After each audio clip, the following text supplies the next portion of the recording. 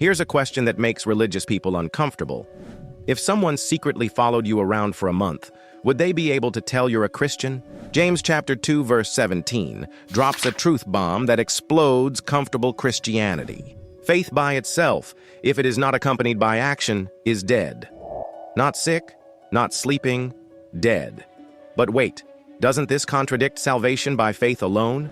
Not at all. Paul teaches we're saved by faith, not by works. James teaches we're saved by a faith that works. Same truth, different angles. Paul fights legalism, the idea that works save you. James fights antinomianism, the idea that works don't matter.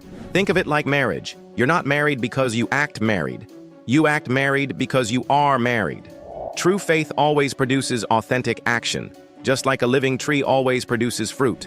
No fruit doesn't mean the tree is having a bad season. It means the tree is dead. Dead faith talks a good game but never shows up. It says, "I'll pray for you" to the hungry person instead of buying them a meal. It attends church but ignores the widow next door. It knows all the right Bible verses but treats people like garbage.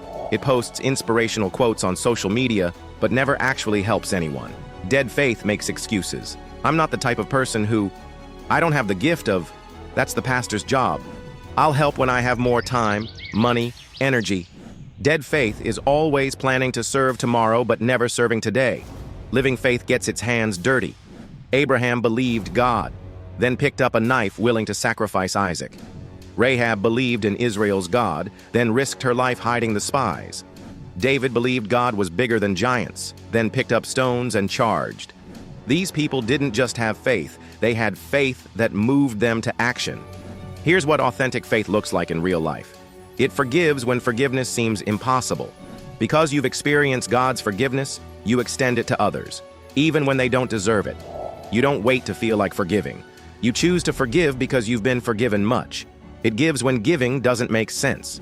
Because you trust God as your provider, you can be generous even when your budget is tight.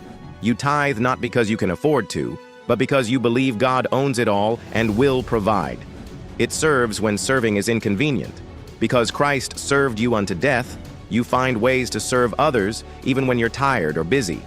You change diapers in the nursery, visit people in the hospital, help friends move, not for recognition, but from gratitude.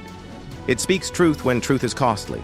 Because God's approval matters more than people's opinions, you're willing to stand for what's right even when it's unpopular. You share the gospel even when it's awkward. You confront sin even when it's uncomfortable. It loves when love is hard. Because God first loved you while you were his enemy, you can love difficult people, broken people, even your enemies. Love becomes a choice, not just a feeling. But here's the beautiful paradox. The works don't save you.